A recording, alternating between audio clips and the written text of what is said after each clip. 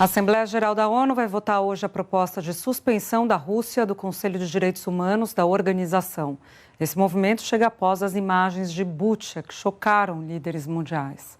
E neste momento acontece o segundo dia de reunião entre os ministros das Relações Exteriores da OTAN para discutir a guerra na Ucrânia. O chanceler ucraniano também participa do encontro. Vamos para Londres conversar com a Cecília Malan, que tem todos os detalhes para a gente. Cecília, bom dia. Bom dia, Júlia. Bom dia a todos. O encontro começou agora há pouco em Bruxelas, na Bélgica. O ministro do Exterior da Ucrânia, Dmytro Kuleba, chegou acompanhado do secretário-geral da Aliança, Jens Stoltenberg. Kuleba afirmou que o país precisa de aviões e artilharia pesada para se defender e salvar vidas. Temos 3 principais exigências, ele disse: armas, armas, armas. O ministro ucraniano também reforçou que não vai desistir de pressionar o Ocidente por um embargo total da energia russa. Essa é, claro, uma questão delicada para os europeus, porque o continente importa quase 40% do seu gás natural da Rússia. Mas é grande a pressão popular e os líderes buscam alternativas energéticas. Stoltenberg afirmou que a Rússia não desiste das suas ambições e que agora concentra os esforços da guerra no leste e no sul da Ucrânia. Ao chegar para a reunião, o chefe da diplomacia da União Europeia, Josep Borrell, afirmou que uma 5ª rodada de sanções do bloco europeu contra a Rússia pode sair entre hoje e amanhã. Os bloqueios devem incluir a proibição das importações de carvão.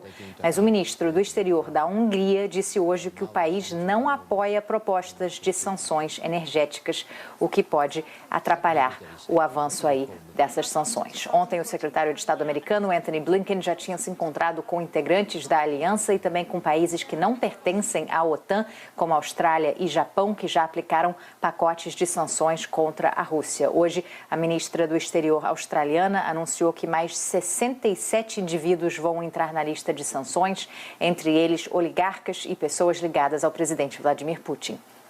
Mais tarde, por volta das 11 da manhã, pelo horário de Brasília, a Assembleia Geral da ONU vai votar a suspensão da Rússia do Conselho de Direitos Humanos da organização.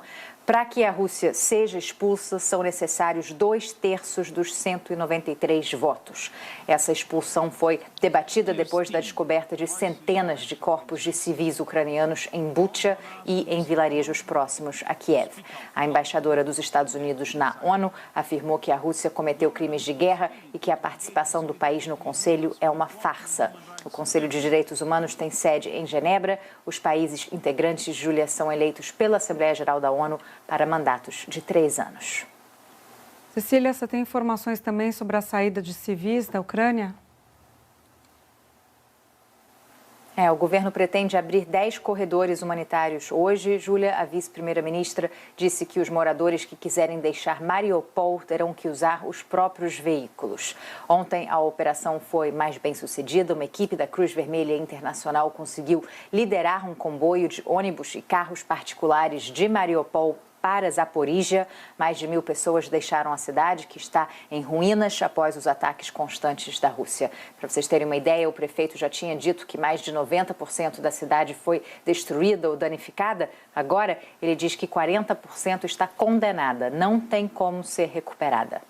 O presidente da Ucrânia também afirmou que houve uma mudança de postura da Rússia depois das cenas terríveis vindas da cidade de Bucha. Segundo ele, a Rússia está usando crematórios móveis para sumir com os corpos dos mortos. Primeiro, Júlia, os russos disseram que não matavam civis, depois que os civis mortos eram fake news, uma encenação com atores ucranianos. Agora estão tentando fazer as vítimas desaparecerem. Hoje, o Kremlin afirmou que destruiu depósitos de combustível em pelo menos 4 cidades ucranianas durante a noite. O governo disse que as instalações eram usadas pela Ucrânia para abastecer suas tropas. Autoridades em Kiev denunciam o aumento de ataques russos no leste do país e pedem que os civis deixem a região. Vamos ver mais detalhes na reportagem de Rodrigo Carvalho. A dor é de quem perdeu um amigo de infância para a guerra. Difícil demais entender, aceitar. São os próprios colegas que cavam a cova. A vítima, um homem que estava para fazer 30 anos, morreu com um tiro no rosto. A Lyudmila disse que o amigo tinha ido jogar o lixo fora e foi baleado. Ela vai tentando falar. Eu encontrei ele lá no porão, na rua central. O que mais que eu posso dizer?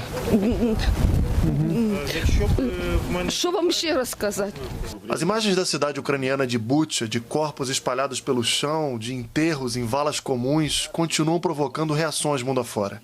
O Papa Francisco, mais uma vez, criticou implicitamente o presidente russo Vladimir Putin.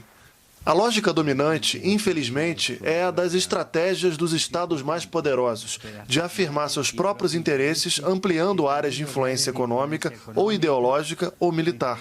Estamos vendo isso com a guerra, disse Francisco. Estamos vendo com a guerra. Assistiamo all'impotência. O Papa falou também que o mundo está testemunhando a impotência da ONU. Depois, num gesto forte, mostrou uma bandeira da Ucrânia vinda da cidade de Bucha. Beijou, recebeu no altar crianças ucranianas refugiadas, deu ovo de Páscoa para elas e pediu que o mundo não esqueça o povo da Ucrânia. O chefe de governo aqui do Reino Unido, o Boris Johnson, disse que as imagens de Bucha não parecem muito distantes de um genocídio. O primeiro-ministro britânico também anunciou novas sanções contra a Rússia. As medidas atingem o principal banco russo e o importantíssimo setor de energia. Além de congelar os ativos do Sberbank, o Reino Unido anunciou o compromisso de acabar com as importações de carvão e petróleo da Rússia até o final desse ano, e com um plano para interromper as importações de gás o mais rapidamente possível. O governo russo, que tem negado categoricamente as acusações de massacre de civis, dizendo que as imagens são armadas, disse que isso tudo foi inventado para atrapalhar as negociações de paz e justificar mais sanções. O Kremlin voltou a definir os relatos de massacre de civis como encenações e afirmou que as acusações deixam mais lentas as negociações de paz. A OTAN, a Aliança Militar do Ocidente, estima que um reagrupamento nas províncias de Luhansk e Donetsk deve demorar pelo menos uma semana. Autoridades ucranianas dessas províncias denunciaram fortes bombardeios russos nesta quarta-feira contra prédios residenciais e linhas férreas, incluindo uma estação. Não foi divulgado o número de mortos ou feridos, mas o apelo oficial é para que as pessoas deixem Luhansk e Donetsk assim que puderem. Duas filhas do presidente